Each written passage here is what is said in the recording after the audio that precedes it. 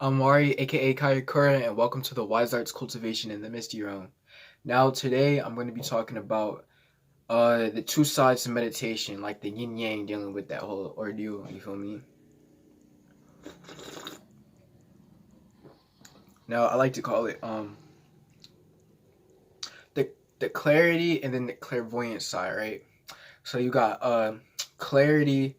I put let me see. I put clarity on the yin side, right? And then clairvoyance on the yang side. So clarity would be when you're using meditation just to like get stillness or like nothingness or like emptiness is what a lot of the Buddhists and like Asian texts call it, is like emptiness or just like understanding. I like to call it understanding peace. That's how I used to describe it to like my friends and stuff that didn't know about meditation. It's just that part of it was really just like understanding peace in the stillness of it all, right? And I mean, I can't really like teach you how to understand peace. It's just when you get to that certain level and your development where you understand peace, you'll understand peace. You feel me?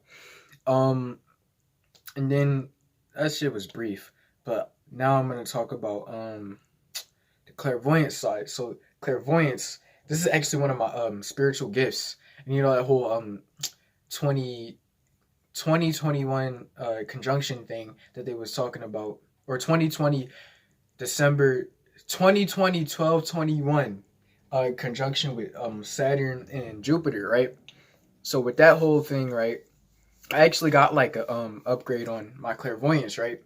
But so basically, like clairvoyance is like it's kind of like astral projection, where you're projecting an image of what you want to see. But in my experience with clairvoyance, it's like projecting that image all around you. Kind of similar to, I'm gonna connect this back to anime.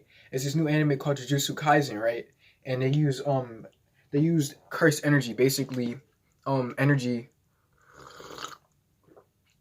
from their negative emotions. That's what they call cursed energy, which I'm still deciphering how that like fits into like regular magic, like the magic I practice and stuff, and that most magic practitioners, because it's kind of like weird the way they have it. But anyway, so with the cursed energy, they have this technique called domain expansion, right? So with domain expansion, you basically project like a place that like is your not home, but like the place where like your fourth house would be, I guess, where you kind of feel at home, right? You project that all around you and you take someone into that realm.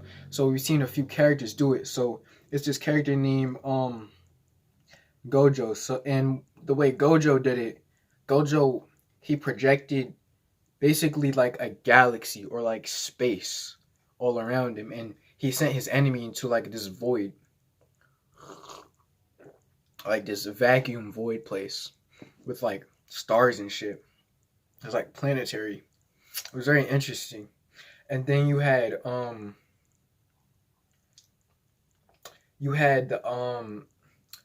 there was this, oh, Sukuna, yeah. The main character actually has a living curse inside of his body. So he's basically sharing his body with another soul, right? And so this guy tough as fuck. But that's on another note, right? But his domain expansion is like he has this like realm where like he's inside of a being that's like inside of a being skeleton, or a being that's dead or something, or like a cave that has a skeleton on it. It is so cool, right? But that's basically, and oh yeah, also, and it's like he's on top of, he sits on a throne that's like on a like a Japanese shrine type of thing, right? It's like so cool, right? But that kind of like when I watched that anime, right? That kind of uh it didn't help me unlock it, because I unlocked this ability, right? My clairvoyance, like a long time ago, like years ago. Like yeah, about like I probably was doing it for like my whole life, honestly.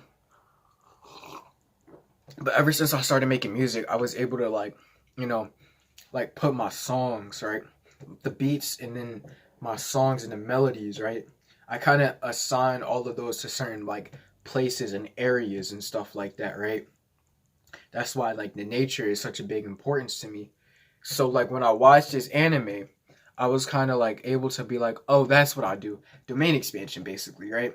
And it's just a certain type of clairvoyance. But that's just one way of like using clairvoyance, right? There's a bunch of different ways you can use clairvoyance. Like, I mean, seeing signs, and that's one way, right? Like with like but people talk about like seeing synchronicities with numbers and stuff like that. Like I've been seeing synchronicities off the chain today. Like I saw like 222 111 and a lot of those like similar types of synchronicities. Like I'm not gonna give up my personal like number that always pops up. That's like a synchronicity. You feel me? But I'll always be seeing that number. I'm gonna break down the actual like Horus astrology correlated to that, or the horology correlated to that, and some other video, right? Because I didn't even do that right now. But getting back on track, right?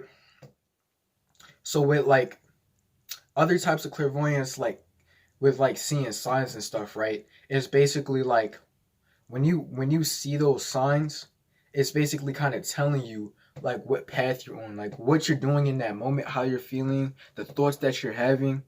Like it can basically tell you if you're right or not. That connects actually to intuition, right? That's another gift. It connects to your intuitive. Well, clairvoyance is an intuitive gift, so it basically is intuition, right? For example, right, I was recording a song today, and then I saw 222, and then I was already feeling like I should go chill, and like because I already laid down all the melodies and stuff that I needed to lay down, right? And so I was already feeling like I should go chill, and I saw 222, and I was like, okay, yeah. Yeah, like I'm not gonna record anything that I like after this moment for some time. So let me just chill and recharge. You feel me? And and that actually happened. I was recording stuff and I didn't like it, so I just went to go chill. And that's just I don't know. There's other ways that you can use clairvoyance, but that's all I really wanted to talk about for now. Until next time, let the owl scatter.